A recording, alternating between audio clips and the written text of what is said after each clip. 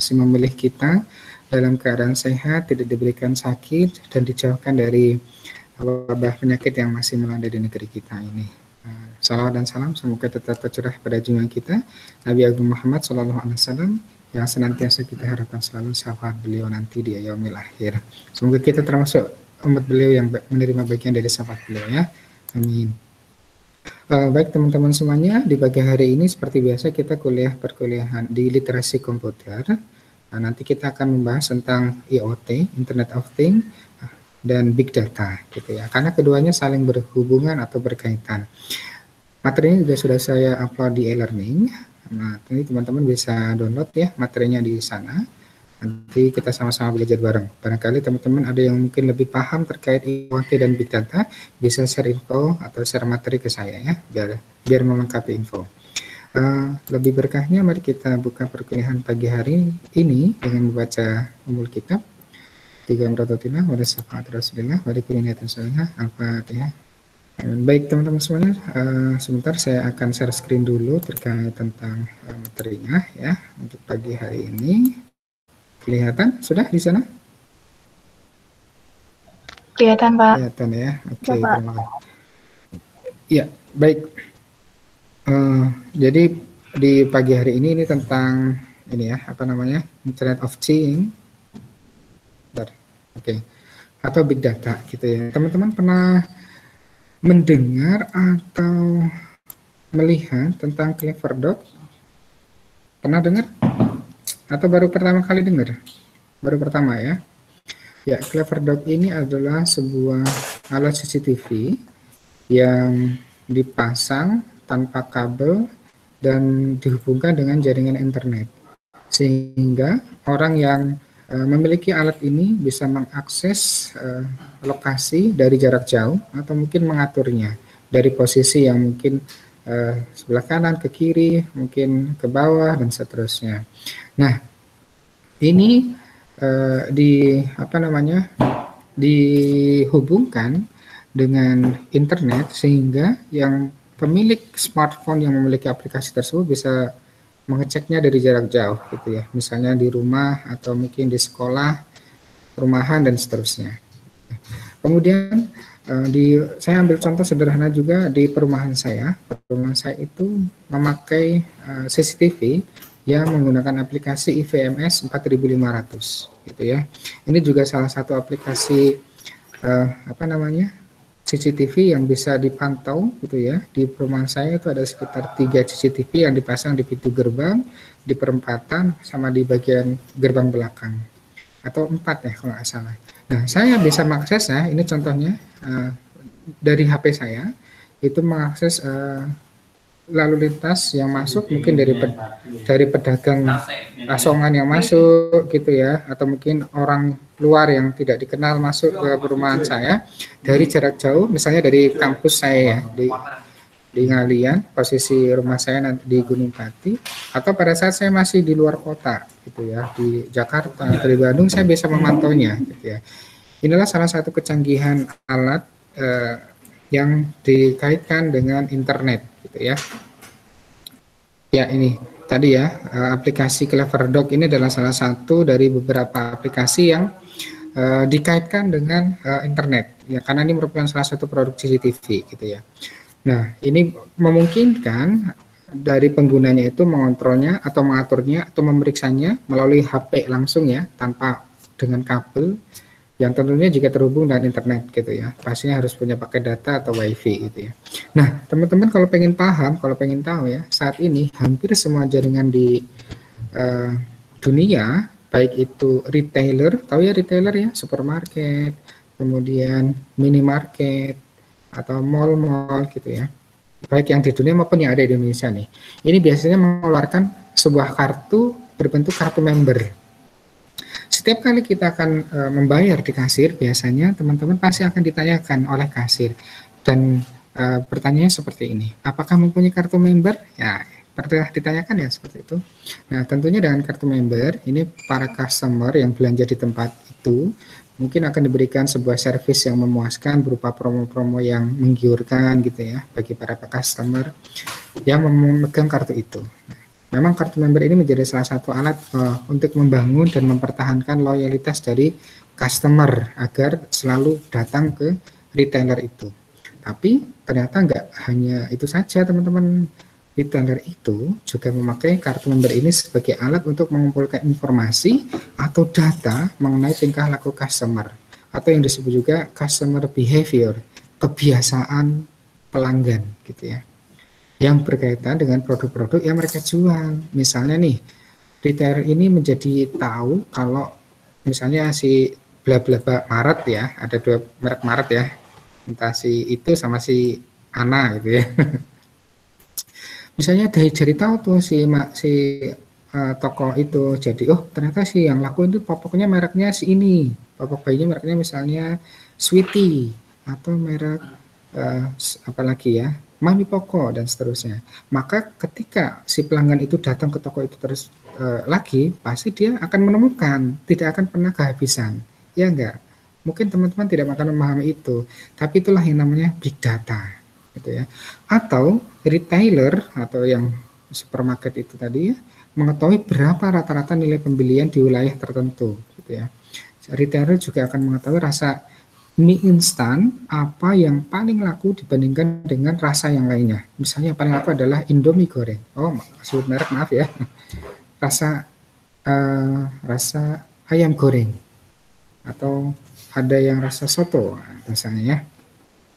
Nah, ini juga sebenarnya menjadi salah satu alasan kenapa yang waktu lalu itu pada Gubernur Jakarta ya Pak Ahok itu sewaktu menjabat sebagai gubernur mengeluarkan sebuah peraturan melarang mengambil uang tunai melalui kartu Jakarta Pintar yang dikeluarkan oleh Pemprov DKI. Alasannya karena Pemprov DKI ini mau mengetahui tingkah laku para pemegang KJP seperti kartu Jakarta Pintar itu ya, seperti apa pada waktu melakukan transaksi pembelian.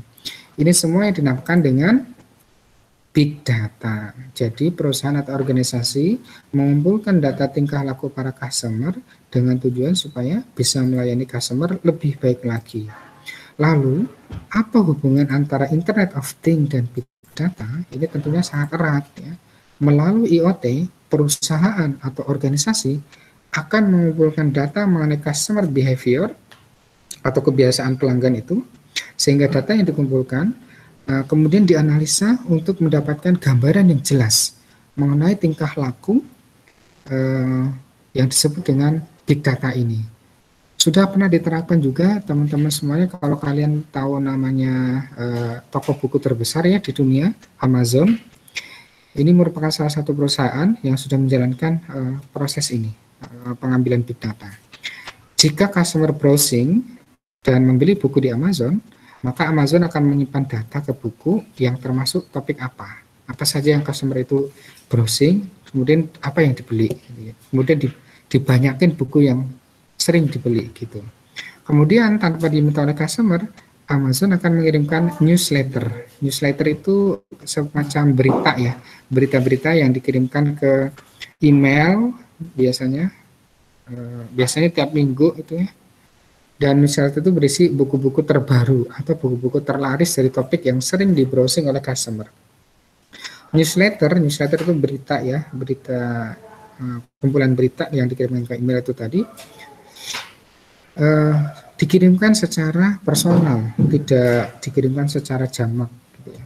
Sehingga IoT dan Big Data ini memungkinkan Amazon untuk melakukan pelayanan yang personal ke customer. Gitu ya. Jadi Amazon itu mengirim newsletter yang begitu personal karena Amazon ini ingin tetap memiliki hubungan dengan customer tersebut gitu ya, biar tetap laku, biar tetap ada gitu ya.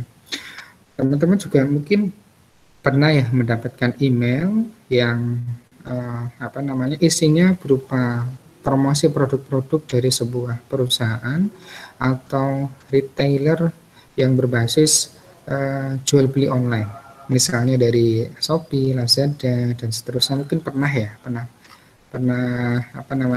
mendapatkan itu ya. Nah, jadi memang di dunia informasi dan teknologi seperti ini itu semuanya serba serba praktis gitu ya. serba praktis, serba semuanya diketahui oleh banyak orang, sehingga tanpa ketahui menjadi sebuah hal yang menguntungkan bagi para perusahaan-perusahaan besar gitu ya, seperti yaitu tadi ya, ada Alibaba, ada Shopee mungkin ya, dan beberapa retailer-retailer yang terkenal gitu ya. Ini mengakses data. Teman-teman mungkin pernah tahu yang kejadian di Tokopedia ya, yang mereka mengumpulkan customer behavior terkait tentang kebiasaan pelanggan untuk membeli produk-produk yang ada di Tokopedia ya, yang katanya di hacks datanya, yaitu memang sudah terjadi gitu ya, termasuk waktu penyalahgunaan data personal para politikus di Indonesia yang dulu pernah disadap oleh pemerintah Australia. Banyak ya, seperti Pak SBY, Ibu Sri Mulyani, Pak Budiono, dan seterusnya. Itu memang sebuah penyelewengan dari aplikasi ini, dari Internet of Things ini gitu ya. Jadi kita tahu dari Internet of Things ini track and count everything. Jadi transaksi dan transaksi jual beli yang dilakukan gitu ya. Ini penting bagi para perusahaan-perusahaan besar sehingga mereka mengaplikasikannya ke perusahaannya dan bekerja sama dengan perusahaan-perusahaan yang bergerak untuk pengumpulan data, termasuk Google. Google juga sama, ketika kita browsing di internet, mereka akan mengetahui atau merekam apa saja yang dicari oleh para customer, sehingga dari perusahaan-perusahaan yang bekerja sama dengan Google, mereka akan membeli data tidak dalam jumlah yang murah, tapi mungkin dalam jumlah yang mahal gitu ya, jutaan dolar mungkin, hanya untuk mengumpulkan data-data dari para pengguna internet. Apa saja yang mereka cari, misalnya robot, atau mungkin terkait buku-buku atau apapun itu, ada yang menjual data-data itu pihak-pihak tertentu yang dipakai oleh perusahaan-perusahaan tertentu gitu ya. Banyak ya kita melihat perusahaan-perusahaan besar dunia ya, seperti Unilever, apalagi nih contohnya Danone, macam-macam gitu ya. Itu juga mereka pasti pakai big data itu, sehingga tanpa kita sadari gitu ya, retailer-retailer kecil yang sudah banyak berkembang di seluruh lapisan masyarakat, mulai dari yang perkotaan sampai pedesaan gitu ya, mereka jadi tahu apa yang dibutuhkan oleh warga di sekitar itu. Misalnya di warga Maluku misalnya, yang mereka makannya tidak selalu beras setiap hari, maka yang dipasang di marketnya itu yang lebih banyaknya bukan berasnya, tapi mungkin sagunya atau mungkin tepungnya gitu ya, karena yang paling banyak dicari itu gitu ya. Itu saya juga jadi berpikir, kenapa ketika saya datang ke Indomaret ya, selalu ada barang yang saya punya, yang saya mau beli gitu ya. Misalnya nih saya mau beli susu bayi merek X misalnya, pasti itu selalu ada di Indomaret atau Alfamart dekat rumah saya. Itu saya juga heran kok selalu ada, sehingga saya tidak akan berpikir ke warung-warung kecil di luar Indomaret gitu ya, yang mungkin harganya lebih murah karena di situ nggak ada. Nah, itulah fungsinya dari big data dan Internet of Things. Jadi mereka menganalisis gitu ya. Ya melalui apa? Yaitu tadi melalui kartu member mungkin ya, atau mungkin melalui transaksi ATM yang dipakai di situ, otomatis kan dari kasir terekam data-datanya apa saja yang dibeli, maka itu yang dipenuhi barangnya gitu ya. Jadi paham ya sekarang ya apa hubungannya antara big data dengan Internet of Things. Nah, kalau secara definisi nih Internet of Things menurut rekomendasi ITUTY 2060 didefinisikan sebagai sebuah penemuan yang mampu menyelesaikan permasalahan yang ada melalui penggabungan teknologi dan dampak sosial.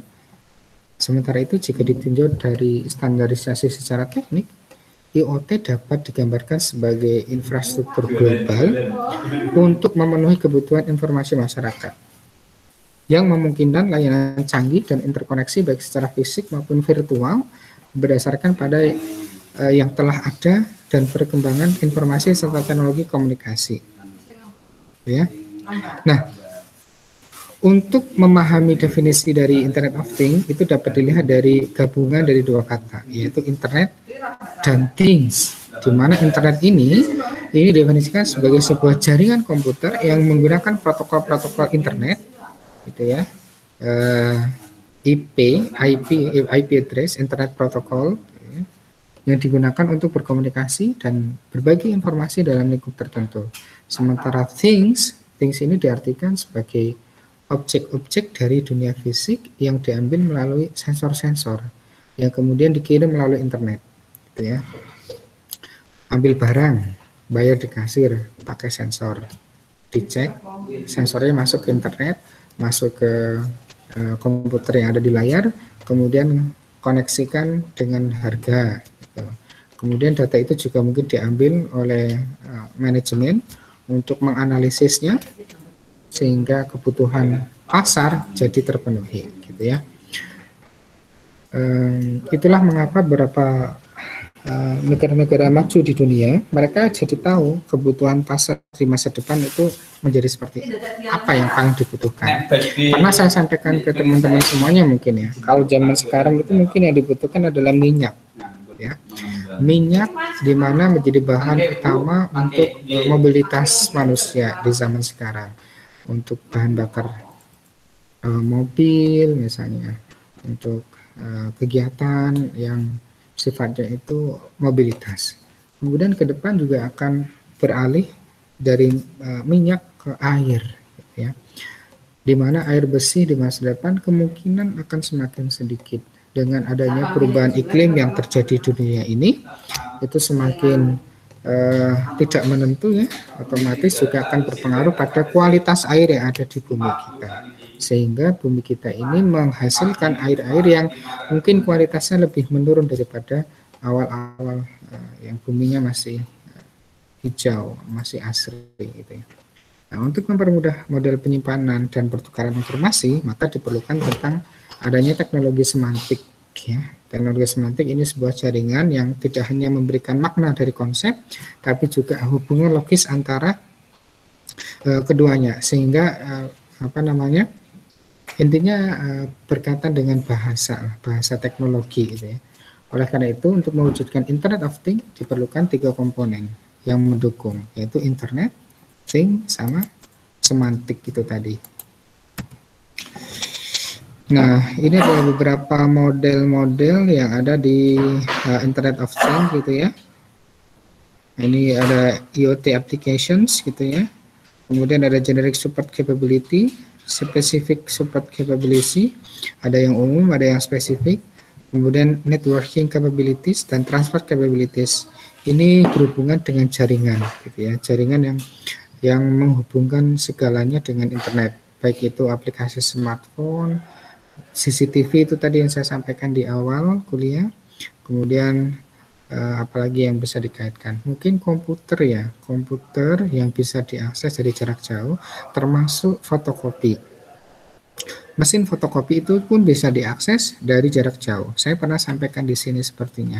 Saya pernah ngeprint dari ruang kerja saya dan tempat printernya ada di lantai yang sama sih dengan saya, tapi ruangannya berbeda. Jaraknya sekitar 500 meter di salah satu gedung. Saya tinggal print saja dari komputer saya, kemudian tanpa dihubungkan dengan kabel, ya. Biasanya kalau mesin printer kan langsung dihubungkan dengan kabel ke laptop atau komputer, ya. Ini nggak perlu dihubungkan dengan kabel, langsung saya ngeprint dengan printer yang saya tuju, langsung kertasnya keluar dari tempat yang berbeda. Nah, itu adalah salah satu internet connections yang berhubungan dengan networking capabilities, gitu ya. Kemudian ada device capabilities dan gateway. Device ini ya alatnya itu tadi, ya, dikaitkan dengan dengan internet yang kita miliki, ya. Oke, saya lanjutkan. Nah, IoT reference model ini ya, ada physical devices and control, terdiri dari 3 bagian. Yang pertama ini adalah sensor, di mana sensor ini dapat mengidentifikasikan bagian fisik dari alam. Ya. Sensor ini dapat berupa pengukur suhu maupun pengukur jarak, dan seterusnya. Kemudian ada embedded system, atau sistem yang ditanamkan, sistem benam ya. Embed itu berarti tanam. Minimum sistem atau pusat pemrosesan yang berukuran kecil dan dilengkapi dengan beberapa interface I/O. Ya. Gateway ini merupakan perangkat komunikasi yang menghubungkan perangkat fisikal dengan internet. Sementara connectivity ya jaringan internet ya, konektivitasnya itu harus ada. Ya. Bisa melalui jaringan pakai data gitu ya, bisa berupa 4G, 5G, 3G dan seterusnya, atau WiFi maupun LoRa. Edge computing ini merupakan layer yang berfungsi untuk menangkap data yang dikirimkan dari sensor. Pada layer ini data dipersiapkan untuk dapat disimpan pada suatu database. Kemudian ada data accumulations. Nah, pada layer ini data yang telah disimpan pada suatu storage gitu ya, penyimpanan, di mana storage ini yang dapat digunakan bisa berupa SQL atau NoSQL base gitu ya. Ada juga data abstraction gitu ya. Layer ini berfungsi untuk mengatur aliran data di sisi server atau cloud. Cloud itu awan ya artinya. Jadi kan pernah dengar ya, bisa disimpan tidak hanya di Google Drive tapi juga di cloud gitu ya. Di mana data yang masuk akan diarahkan menuju ke tempat penyimpanan atau diarahkan ke tempat lain seperti visualisasi, machine learning atau yang lain gitu ya. Jadi apa namanya, belum selesai Indonesia itu membahas tentang sistem cloud gitu ya, yang dulu pernah heboh itu di Indonesia gitu ya. Sekarang sudah heboh lagi tentang big data gitu ya. Wah cepat sekali ya teknologi berkembang ya. Cloud itu kan sebuah penyimpanan yang ternyata pernah bocor. Data-data yang ada di cloud itu kemudian disebarkan ke pihak-pihak tertentu yang memiliki kepentingan, baik itu kepentingan pasar berupa produk-produk yang mereka jual atau kepentingan politik gitu ya, kepentingan politik yang mungkin satu negara itu butuh gitu ya. Barangkali kan ada suatu instansi pemerintah yang nyimpannya di cloud. Nah ternyata itu ternyata ada lagi sekarang big data yang akan kita bahas ini. Memang cepat teknologi ya berkembang. Sepertinya lebih cepat teknologi untuk berkembang daripada seekor ayam yang mengeluarkan telur dan telur itu menetas gitu ya. Secara peribahasa seperti itu. Ya memang dengan hadirnya sistem cloud ditambah dengan teknologi big data, ini artinya adalah data dengan jumlah dan volume yang besar. Big ya, besar berarti. Data ya data. Ini yang dulunya nggak ekonomis, kini menjadi aset bagi perusahaan. Nah, mungkin teman-teman sudah familiar ya dengan istilah era informasi, gitu ya. Di mana era informasi ini menjadi sebuah kepentingan tertentu terkait harga dan harga dan kebutuhan, gitu ya. Mungkin juga mereka akan memperkirakan meskipun harganya itu murah, tapi kualitasnya tidak bagus, tidak akan dibeli. Tapi meskipun harganya mahal, tapi kualitasnya bagus, atau modelnya cantik, dan seterusnya, pasti akan dibeli. Itulah namanya kebutuhan pasar, gitu ya. Jadi, data yang semula tidak memiliki nilai ekonomi, yang tadi ya, kini justru banyak dijual oleh orang-orang yang tidak bertanggung jawab, gitu ya. Data ini loh, data kita tingkah lakunya ngapain nih, suka ke, ya kalau misal mahasiswa sukanya ke warteg itu ya, kalau si warteg ini memiliki data itu akan lebih bagus karena si pemilik warung itu memiliki kemampuan analisis. Oh ternyata yang suka beli ke sini sukanya cuma rendang, sukanya ayam goreng saja, atau sukanya gorengan tumis kacang ditambah dengan apa nih?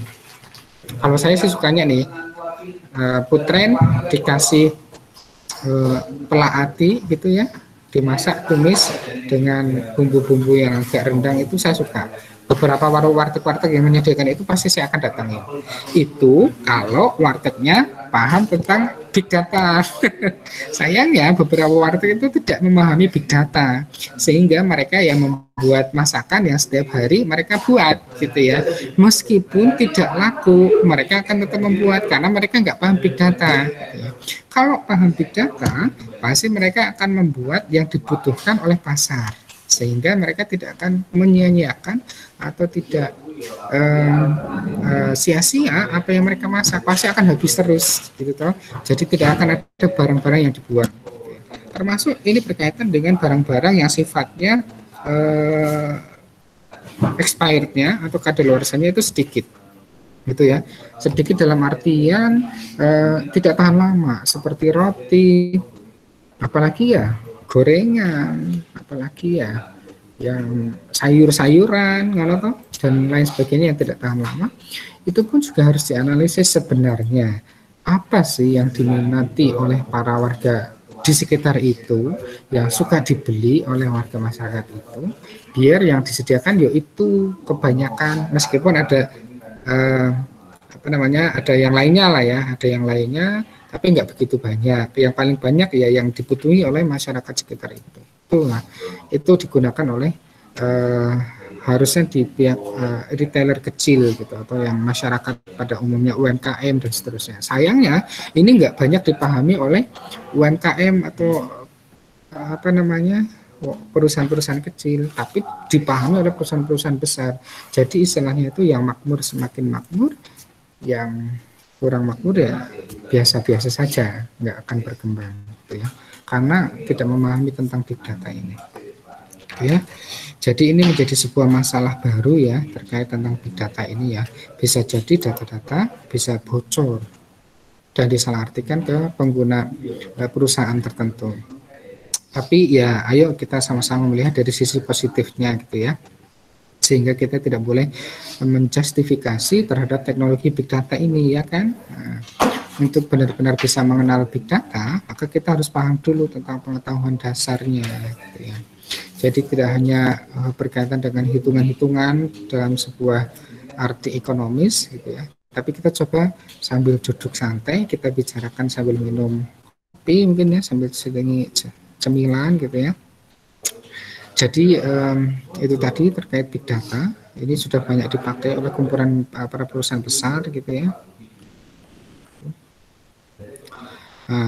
Oh ya, belum tak ini ya. Nah, ini.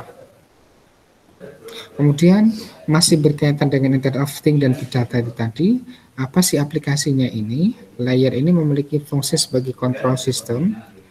Aplikasi ya, aplikasi di smartphone yang bisa di-download seperti tadi apa, CleverDoc. Kalau di tempat saya ada IVMS 4500, ada lagi apalagi ya, e-learning dari HP misalnya dan seterusnya. Yang berupa control system, vertikal untuk mobile aplikasi dan juga business intelligence dan analisis, di mana data diolah dengan machine learning untuk mendapatkan klasifikasi, cluster dan juga peramalan data. Yang ketujuh ini adalah collaboration atau proses, collaboration dan proses, maaf.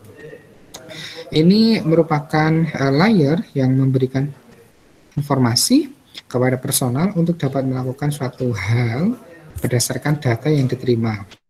Proses ini dilakukan secara feedback gitu ya, sebagai feedback. Untuk keamanan masing-masing layer ini memiliki sistem keamanan sendiri-sendiri sehingga data bisa terproses dengan aman gitu ya. Nah, ini adalah tadi Internet of Things. Sekarang kita masuk ke big data ya. Jadi big data tadi sudah saya sampaikan, data yang besar dan kompleks yang akan menjadi susah untuk diproses sehingga membutuhkan database serta perangkat tertentu untuk prosesnya. Nah, kesekumpulan data ini biasanya karena banyak sih ya, data-datanya dipakai yang banyak. Nah, tapi perusahaan tertentu mintanya data A saja, perusahaan si tertentu lagi memintanya cuma data C saja. Perusahaan ini mempunyai butuhnya cuma data Z saja, gitu seterusnya. Nah, karena data-data ini dikumpulkan oleh suatu sistem. Gitu. Big data ini memiliki dua tipe, yaitu data struktural dan data unstruktural. Data struktural ini adalah sejumlah data yang dapat dengan mudah untuk dikategorikan dan dianalisis. Data-data ini biasanya dihasilkan oleh perangkat jaringan sensor yang tertanam pada perangkat elektronik smartphone atau GPS. Data struktural ini juga mencakup hal-hal yang seperti angka penjualan, saldo rekening, dan data transaksi. Oleh karena itu, teman-teman semuanya, kalau dipahami zaman sekarang ini, pasti semuanya menggunakan chips, ya enggak? Kartu tanda penduduk teman-teman, kalian sudah punya KTP belum nih? Sudah punya KTP belum? Kalian umur berapa sih ini? Sudah, Pak. Sudah ya? Kalau teman-teman tahu, kartu tanda penduduk itu ada chipsnya. Sekarang pakainya eKTP, bukan KTP zaman dulu lagi, ya enggak? Kenapa?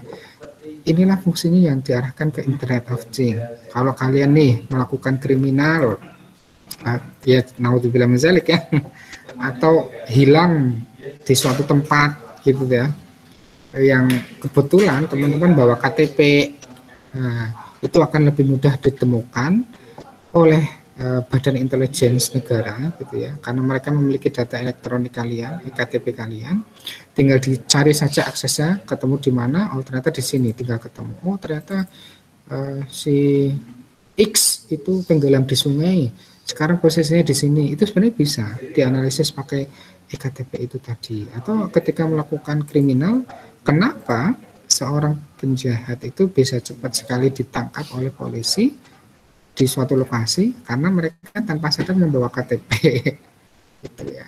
Nah, mungkin kurang pinter ini si penjahatnya ini.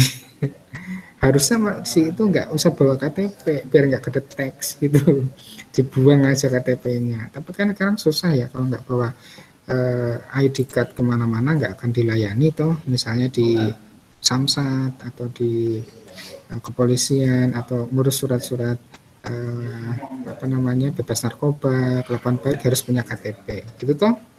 Nah itulah bagusnya. Termasuk teman-teman punya ATM ya, punyalah BRIS ya. Cuman isinya nggak tahu ada atau enggak Pak. Gitu ya. Itu pun sekarang beberapa ATM sudah beralih ke kartu chips ATM. Jadi ATM yang biasa itu sudah nggak berlaku lagi, harus diganti. Saya pernah mendapatkan kartu BRIS itu BRI Syariah. Dalam waktu rentang yang tidak lama, sekitar 1 bulan atau kurang, itu suruh ganti ATM-nya. Loh, ini jangka waktunya masih 5 tahun kok, kenapa harus diganti? Oh ternyata harus pakai chip semuanya. Kalau nggak pakai chip nggak bisa digunakan. Iming-imingnya gitu. Iming-imingnya nggak bisa digunakan. Nah, ya itu tadi, chips itu terkoneksi dengan big data, dengan Internet of Things, sehingga sesuatu yang mungkin dilakukan penyelewengan oleh pihak tertentu bisa segera diketahui oleh pihak bank gitu ya. Itu salah satunya. Memerhatikan nggak seperti itu? Sekarang kan sudah pakai chips tuh ATM-nya. ATM kalian sudah pakai chips kan ya? Ya itu tadi. Nah, kemudian ada juga data unstruktural. Ini biasanya data informasi bersifat lebih kompleks, seperti halnya ulasan pelanggan pada situs komersial, gitu ya, foto dan multimedia lainnya, serta jejaring sosial, media sosial ini ya.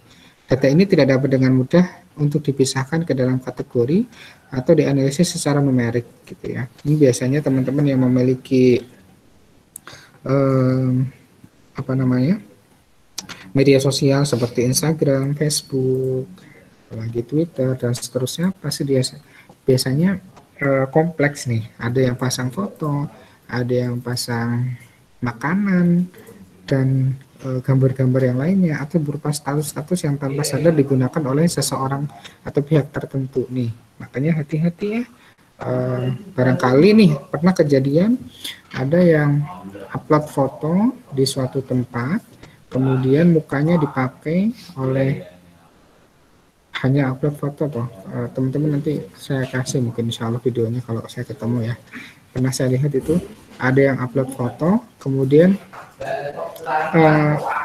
bersama dengan HP-nya yang dipegang di tangan tanpa disadari ini apa namanya tersebar di media sosial. Awal mulanya dia pasang status, kemudian salah satu hacker ya ngambil gambarnya, kemudian diambil tangannya, sidik jarinya, kemudian sidik jarinya ini terkoneksi dengan yang tadi HP yang dipegang di tangan, ikut ke foto gitu ya. Ada gambar misalnya KTP, bukan KTP biasanya. Ada gambar apalah yang bisa dipakai, yang ujung-ujungnya itu terkoneksi nanti ke ini, ke ID card-nya dia, kartu tanda penduduknya dia.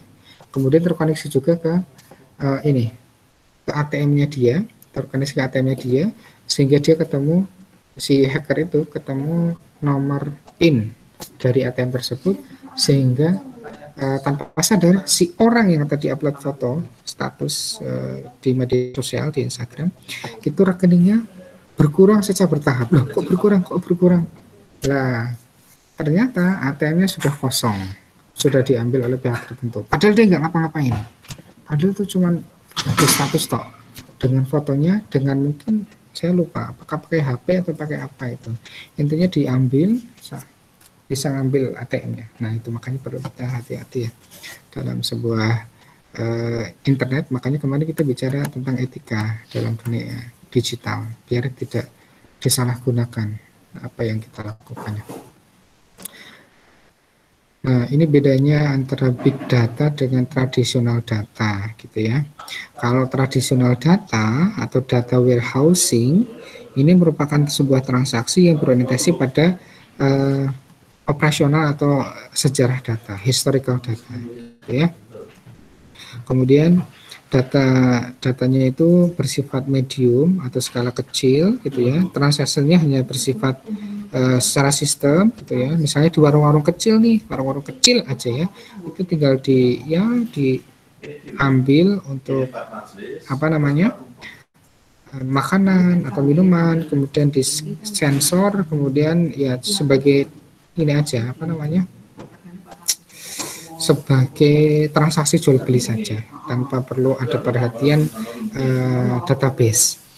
Sementara kalau big data ini menghasilkan sebuah decision atau keputusan yang dihubungkan dengan intelligence software yang isinya ada mechanical machine learning, ada natural language processing, gitu ya.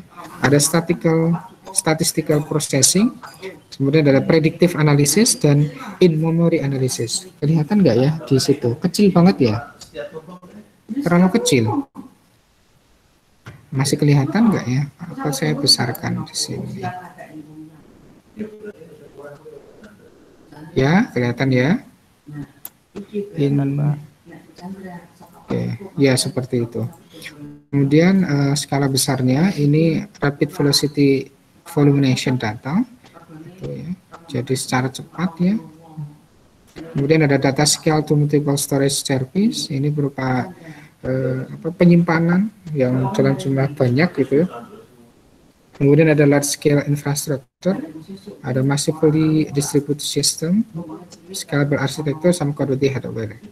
Ini berupa sebuah big data yang kaitannya, ini kalau ini seperti pasar ya, pasar untuk kebutuhan pokok, gitu ya, kebutuhan yang diminati oleh masyarakat. Kalau sebelah sini ini berkaitan tentang properti atau infrastruktur.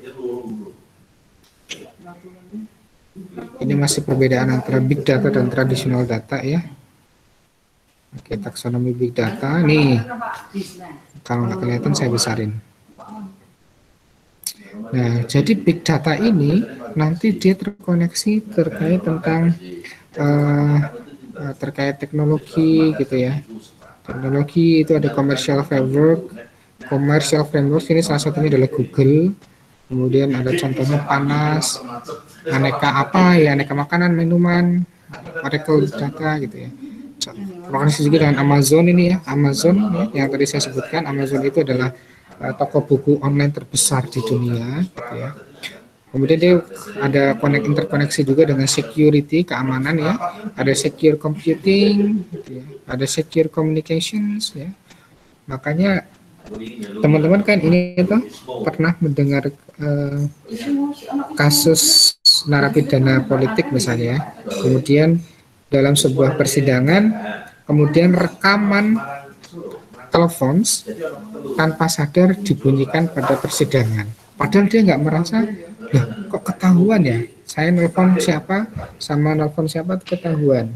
Makanya hati-hati Kalau menelpon seseorang ini barangkali kita bisa disadap karena chip sistemnya. Nah, itu dipakai juga.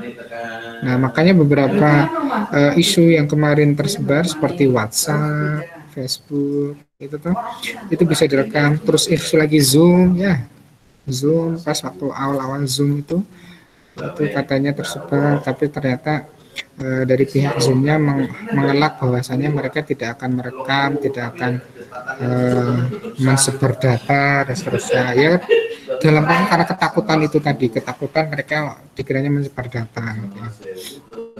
Ya memang ada pihak-pihak tertentu juga yang memanfaatkan itu soalnya, gitu ya. Maka memang harus hati-hati kita melakukan segala sesuatu dalam dunia digital, karena memang jejak digital itu kejam. Jadi kalau semisal kita tidak hati-hati, bisa saja kita kemakan apa yang kita lakukan, gitu ya. Kemudian ada programming models, gitu ya, ada analytic, ada data dimension, gitu ya, berupa structure, unstructured, semi structure, veracity, gitu ya, berupa low volume, high velocity, gitu, kecepatan tinggi, kemudian ada variety, gitu ya. Kemudian ada alatnya itu tadi ya, ada SQL sama NoSQL.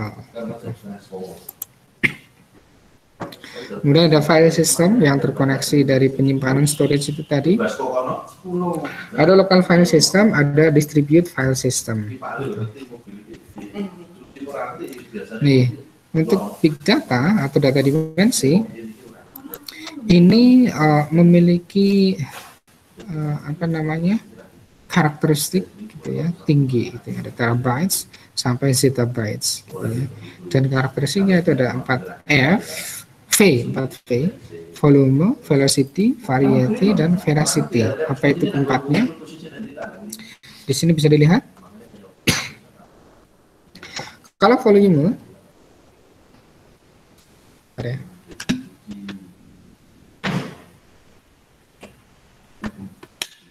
berhubungan dengan skala ukuran data yang digunakan. Volume data ini berkembang pesat karena adanya beberapa aplikasi bisnis, sosial, web, dan eksplorasi, gitu ya.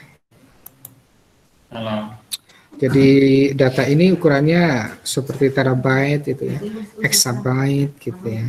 Sedangkan kalau variety, ini adalah struktur data yang memiliki variabel yang beragam, terstruktur atau abstrak, gitu ya. Jadi namanya variety. Kalau velocity ini berupa terkumpulnya waktu yang singkat, gitu ya, low latency, gitu ya. Jadi tidak membutuhkan waktu yang lama karena kecepatannya itu tinggi, gitu ya. Jadi nggak membutuhkan waktu yang lama, gitu. Kemudian apalagi nih, veracity ya. Ada juga veracity. Veracity ini merupakan hubungannya ini ketidakpastian dan keakuratan suatu data.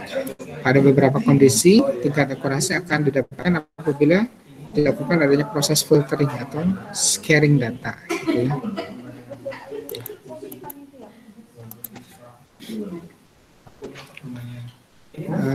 Berhubungan dengan text analysis. Jadi text analysis ini merupakan proses yang berasal dari sumber atau informasi berupa teks.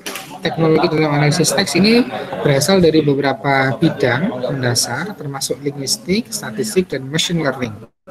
Secara umum, analisis teks yang modern menggunakan model statistik ditambah dengan teori linguistik untuk menangkap pola dalam bahasa manusia, sehingga mesin dapat memahami arti dari teks dan melakukan berbagai teknis atau tugas analisis teks, gitu. Sedangkan memori analisis ini adalah proses yang mencerna data dalam jumlah besar dari berbagai sumber yang langsung menuju ke memori sistem untuk mendapatkan perhitungan kinerja yang efisien. Pada memori analisis ini terjadi sebuah pendekatan untuk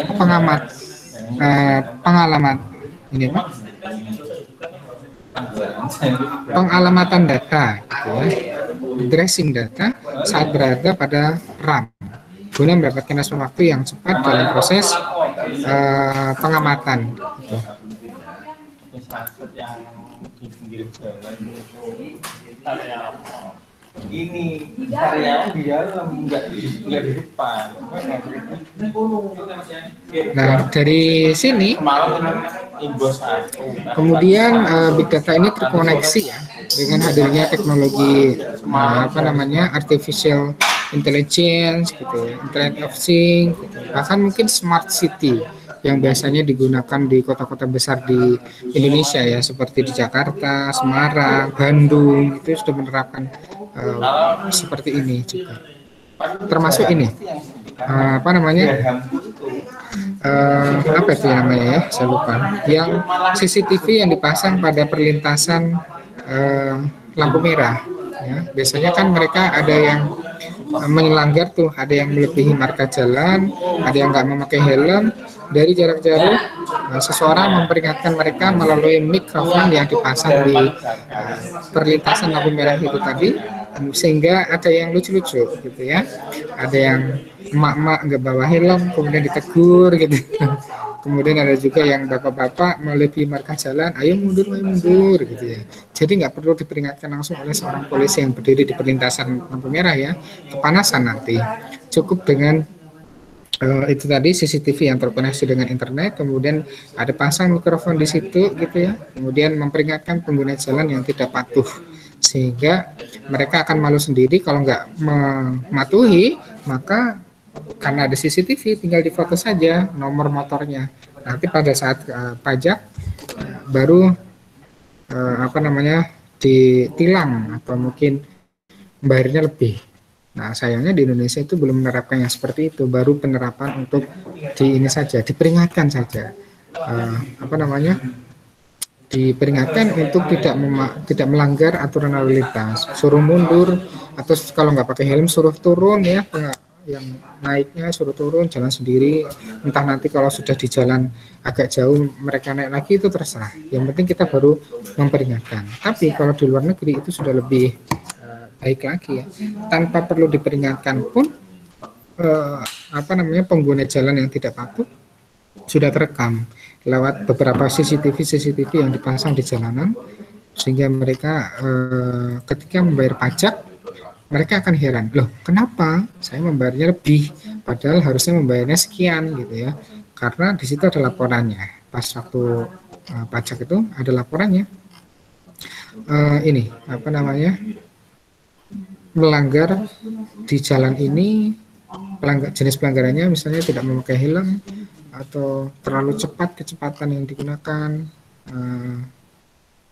atau apapun pelanggaran yang disampaikan pada saat membayar pajak, sehingga mereka akan sadar sendiri, oh ya ternyata benar, maka mereka menjadi semakin lebih patuh lagi ke depannya, nggak akan melakukannya lagi gitu ya, karena semuanya sudah tersistem gitu. Jadi setelah kita paham apa itu big data, kemudian bagaimana masa depan big data, maka sekarang kita saatnya membahas untuk apa sih manfaat dari big data ini gitu ya. Jadi ada 3 manfaat nih sebenarnya dalam sebuah big data bagi bisnis ya. Yang pertama ini dalam mengoptimalkan cost. Big data ini mampu menampung berbagai macam bentuk data dari berbagai macam sumber. Selain itu, kemampuan untuk melakukan data processing serta analisis yang secara mendalam itu tadi ya, melalui machine learning, melalui ekosistem juga yang dibentuk seperti Hedgehog, dapat membentuk pola baru yang akan sulit ditemui oleh tools secara tradisional. Nah, biasanya pola baru ini memberikan efisiensi yang lebih cepat terhadap bisnis gitu ya.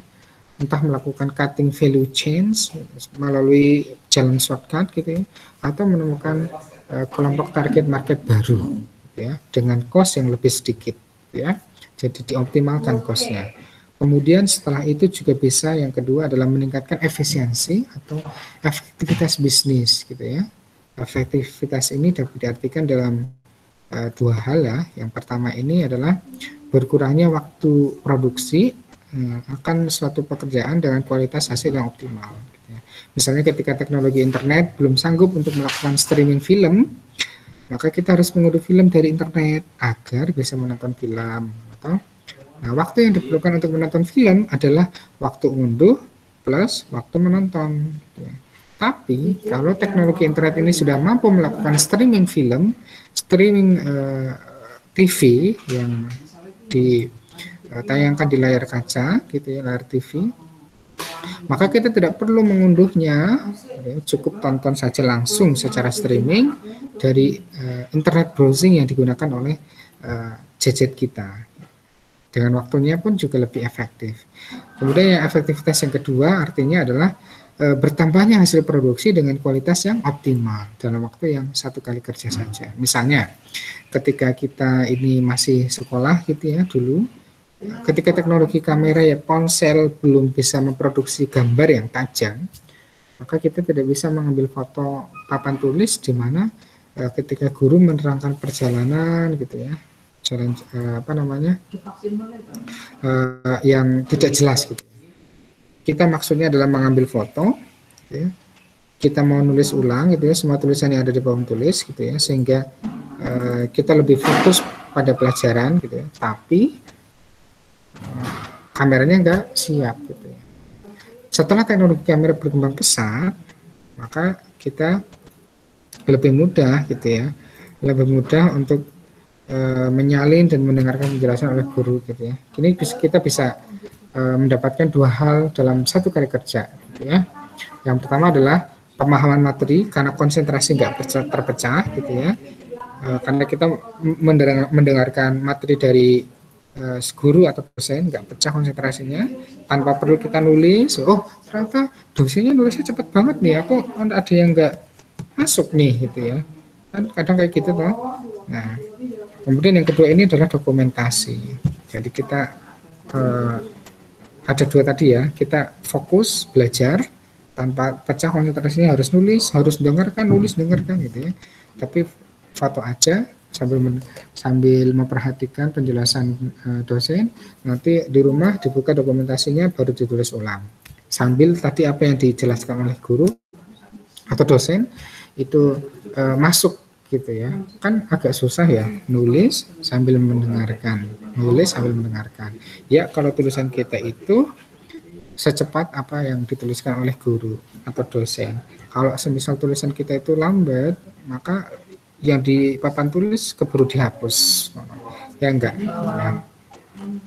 Kemudian manfaat yang ketiga ini adalah berupa product development. Product development ini adalah pengembangan produk gitu ya, berdasarkan pola pengguna internet itu tadi, atau pola pengguna pasar yang dihasilkan dari big data itu tadi gitu ya. Karena itu digunakan oleh perusahaan untuk menyesuaikan produk dengan minat pasar gitu ya. Jadi kemampuan untuk menampilkan tren atau meningkatkan demand itu permintaan terhadap suatu barang secara near to real time, secara mendekati kenyataan gitu ya. Ini akan lebih menguntungkan bagi pelaku bisnis nih, karena produknya itu bisa dikembangkan bagi yang banyak minatnya, dan produknya itu bisa dikurangi bagi yang tidak terlalu banyak minatnya, sehingga tidak menimbulkan cost atau harga yang berlebihan. Jadi tidak ada istilahnya kerugian kalau menggunakan big data ini. Jadi ketika terjadi lonjakan di awal terhadap suatu hal, pelaku bisnis ini bisa memanfaatkan momen ini untuk mengembangkan produk gitu ya, yang sesuai dengan minat pasar, sehingga lebih tertata, lebih terstruktur gitu ya, sehingga mereka lebih mengemas lebih baik lagi terkait cara packing, warna package, aroma produk gitu. Yang disukai mungkin warna melati misalnya, kalau warna mawar itu nggak disukai contohnya, atau aroma mawar nggak disukai, lebih suka warna melati gitu ya, susana banget. Tekstur produk, nah, dan semua bisa disesuaikan dengan minat pasar berdasarkan hasil analisis dari itu tadi, big data.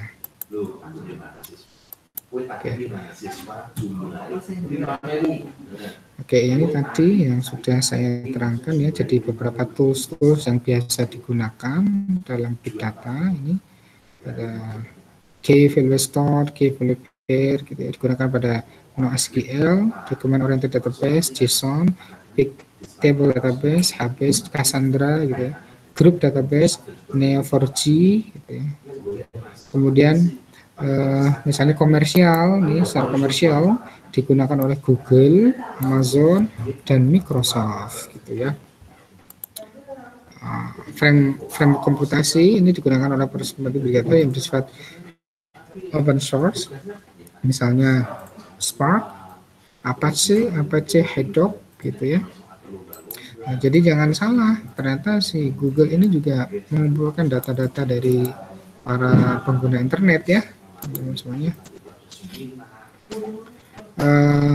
Big data dan model pemrograman gitu ya. Ini ada beberapa model-model pemrograman dari big data itu ya.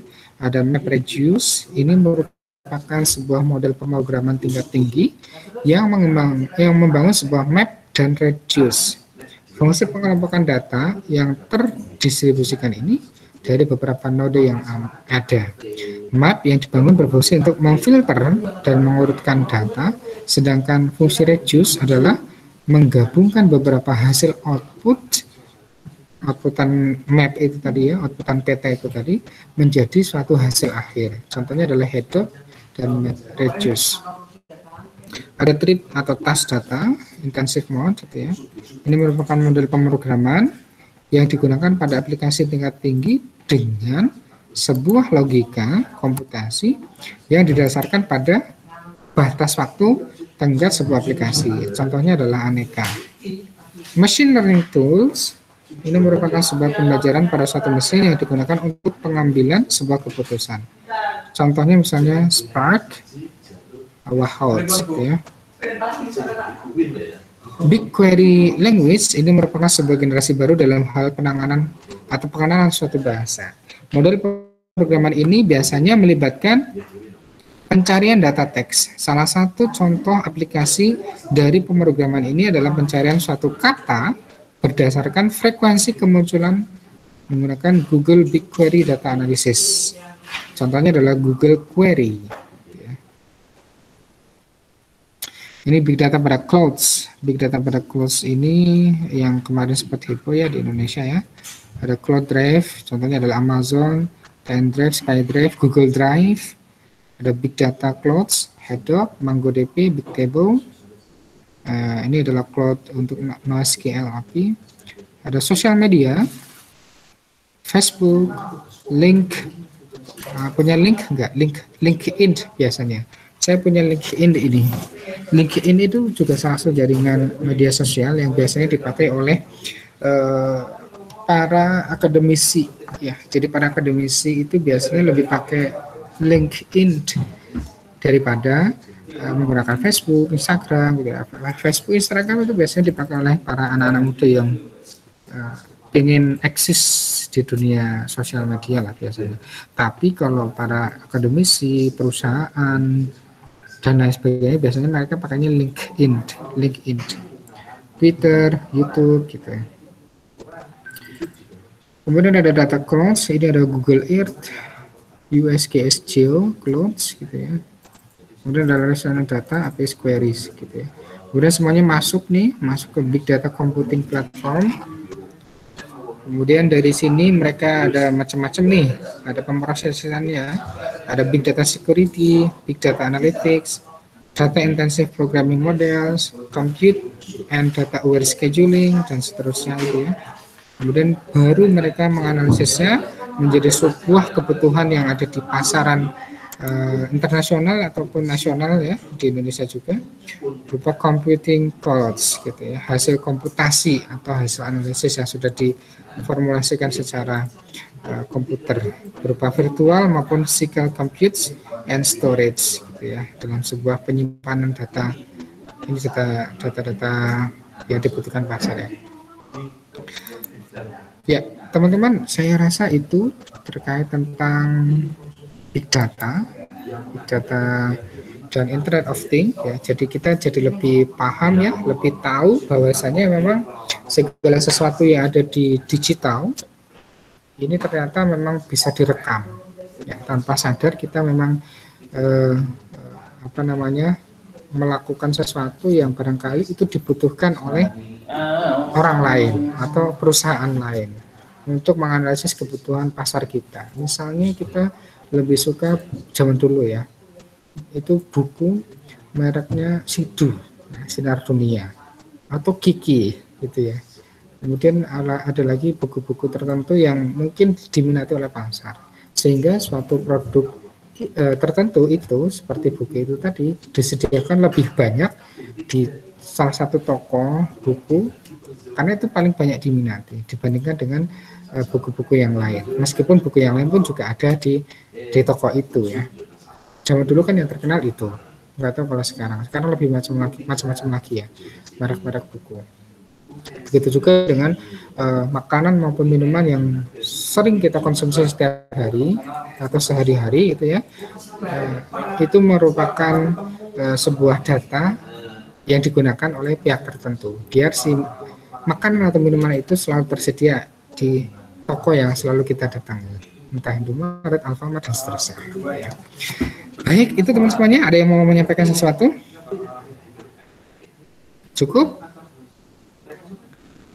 Mungkin belum ada, Pak. Oke, mungkin belum ada ya, Rian. Yang lain nggak ada ya? Kalau nggak ada, mungkin perkuliahan di pagi hari ini kita cukupkan sekian ya terkait tentang literasi komputer. Jadi big data dan Internet of Things ini memang masuk di bagian literasi komputer. Jadi teman-teman agar lebih paham terkait apa yang ada di dalam komputer kita, dalam PC kita. Baik, kalau memang tidak ada yang mau disampaikan atau mau didiskusikan, silakan bisa di-download materinya di e-learning dan jangan lupa absensi ya, biar nanti terekod datanya. Ya. Ini bukan big data ya, tapi ini sebagai presensi kehadiran. Nanti datanya diambil sama saya. Nggak ada yang dipentingkan ya datanya ya, cuma presensi kehadiran saja. Jangan lupa juga dicentang semuanya di e-learning. Terima kasih atas kehadirannya teman-teman semuanya. Kita cukupkan dengan membaca hamdalah. Alhamdulillahirabbil alamin. Kurang lebihnya mohon maaf kalau salah menyampaikannya. Terima kasih. Assalamualaikum warahmatullahi wabarakatuh. Waalaikumsalam.